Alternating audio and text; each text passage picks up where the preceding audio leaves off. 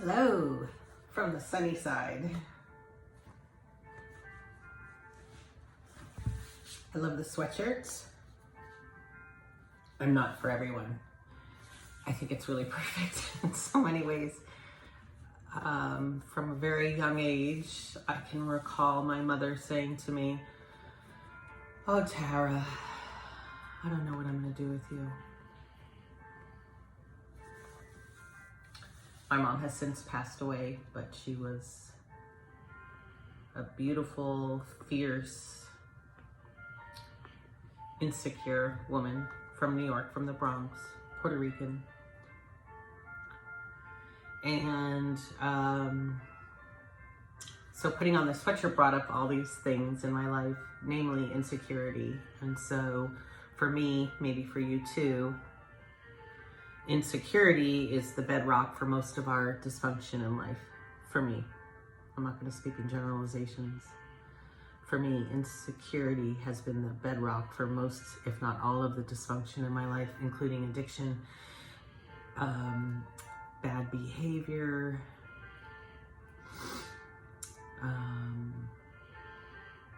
destructive behavior, inability to understand consequence. So a lot of things. And so as I heal and I work through some of these issues, there's an understanding, an agreement that I have to make with myself, and that is no healing is going to happen without some degree of self-love, self-acceptance, some degree of self-worth. There can be no healing without an understanding or a baseline agreement about yourself, that you are worthy, that you are worthy to be loved, that you are worthy to be heard, that you have value, and beyond all of that, that who you are is okay and good, even if it's not perfect. Especially if it's not perfect, or especially if you're working on the things that God has put on your heart to work on. And all of that is super pertinent and relative to mindfulness and meditation.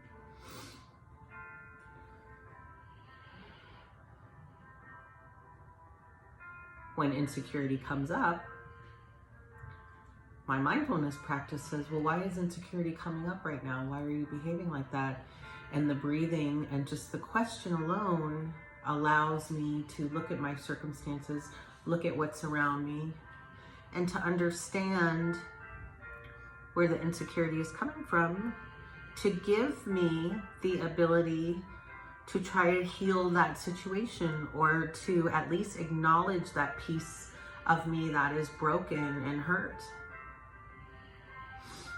And all of that to say that when those feelings come up of insecurity, rather than judging, rather than saying, oh, I'm insecure again, oh my God, I'm a piece of poop or whatever, or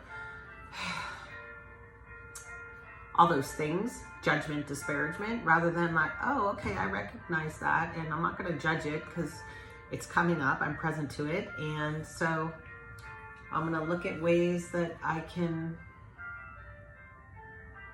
work through this. Maybe not in the moment.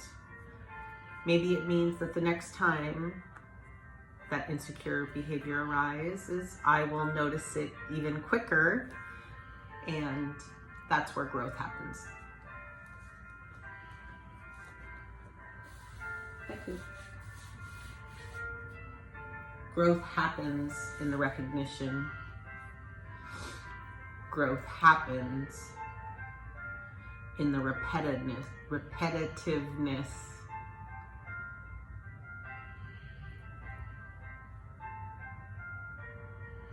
of understanding, in the repetitiveness of noticing, in the beauty of not judging. That's Cooper, by the way. My other roommate.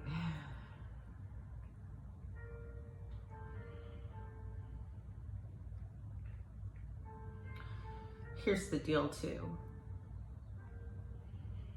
All of these things I'm talking about and working through and sharing with you, because I believe someone needs to hear this message, these words, is that I can't walk into situations expecting certain outcomes, because the minute I walk into a situation with expectation, I'm not present to what's really happening. So,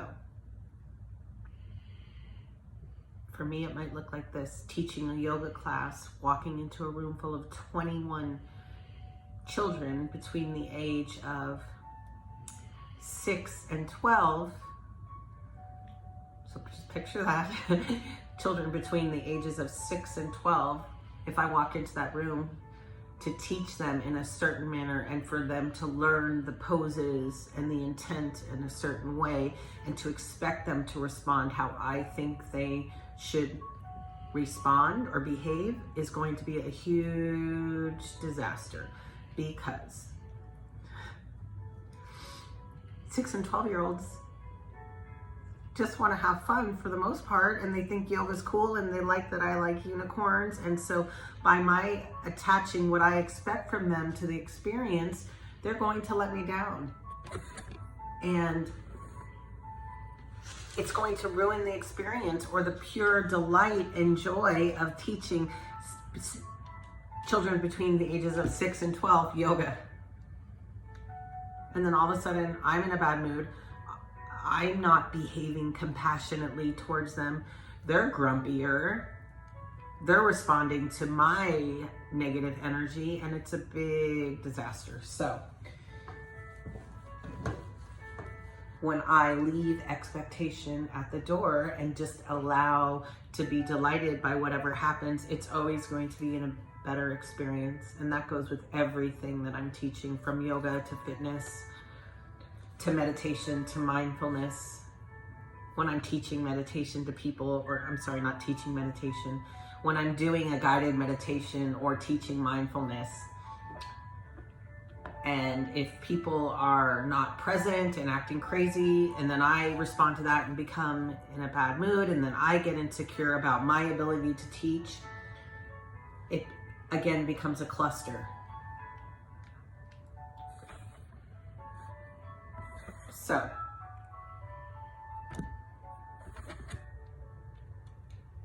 what I am working on, and maybe what we can work on together, is that dropping the expectation.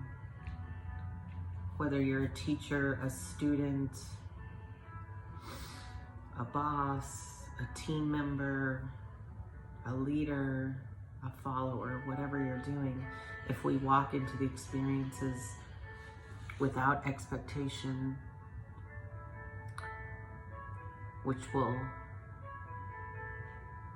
unattach our insecurity to the experience, and we just do our best and allow people to do their best, which at that time might not be 100%,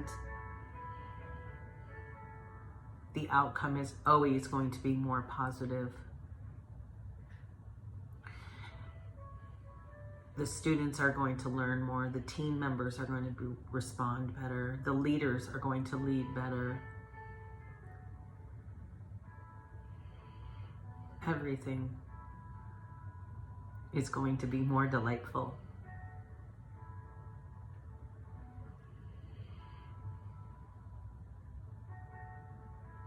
So it's an ongoing daily practice.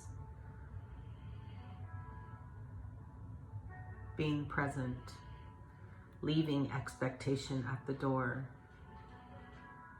noticing insecurity when it arises, breathing through that moment when it arises rather than reacting or acting out of insecurity, breathing through it, stopping short, learning, which then eventually leads to growing, which then leads to a decreased frequency when the behaviors occurs,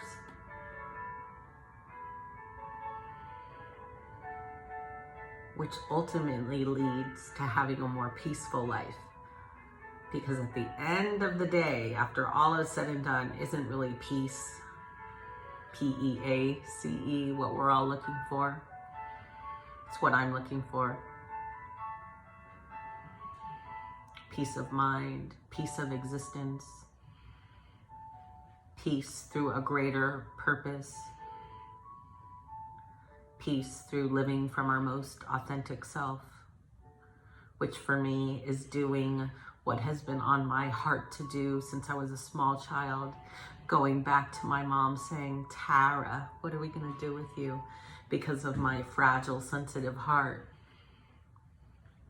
Choosing now, today, to build a life from that sensitive heart,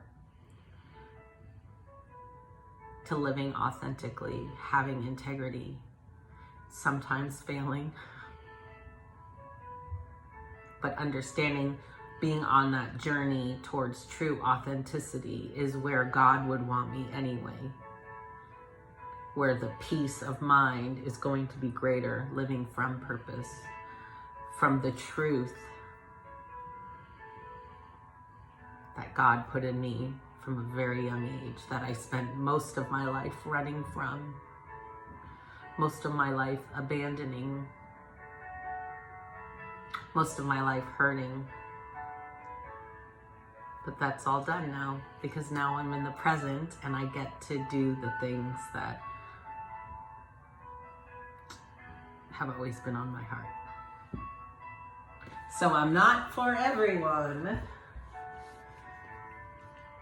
but I hope that I'm for someone.